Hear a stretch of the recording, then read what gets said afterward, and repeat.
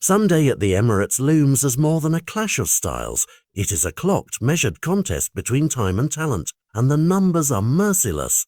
66 hours is not just a statistic on a fixture list. It becomes a storyline, a physical burden, and a tactical constraint that forces managers to choose between their ideal XIV and their practical survival. Manchester City step into that narrative still high from midweek European endeavour, a squad humming with rhythm but possibly hollowed by intensity. Arsenal, by contrast, have been gifted extra hours, time to iron out mistakes, to nurse small knocks, to rehearse the faint tactical details that become decisive when two elite teams meet. That gap, small on paper, turns the match into an experiment. Can Pep's machine function at peak with little breathing room, or will Arteta's fresher legs and sharper preparation tilt the balance? Sports science reduces the grand drama to blunt mechanics. Recovery after repeated sprints and high-intensity duels is not instantaneous. Muscles need metabolic reset, sleep cycles need consolidating,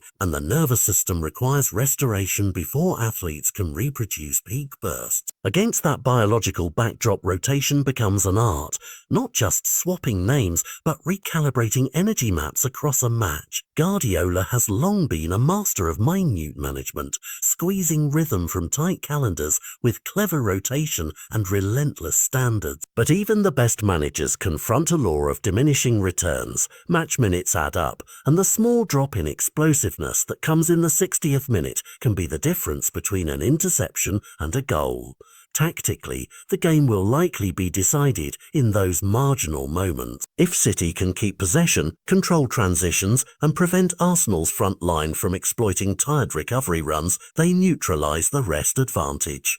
If Arsenal can press in the moments when stamina flags, force hurried passes, and win the second balls, the freshness in their midfield and wings will become a direct attacking asset. Managers also face a chessboard of substitutions. Bringing on a fresh winger or a midfield runner at the right minute could swing momentum like a pendulum. One substitution to disrupt a pressing pattern, one enforced change after a knock, one late tactical tweak.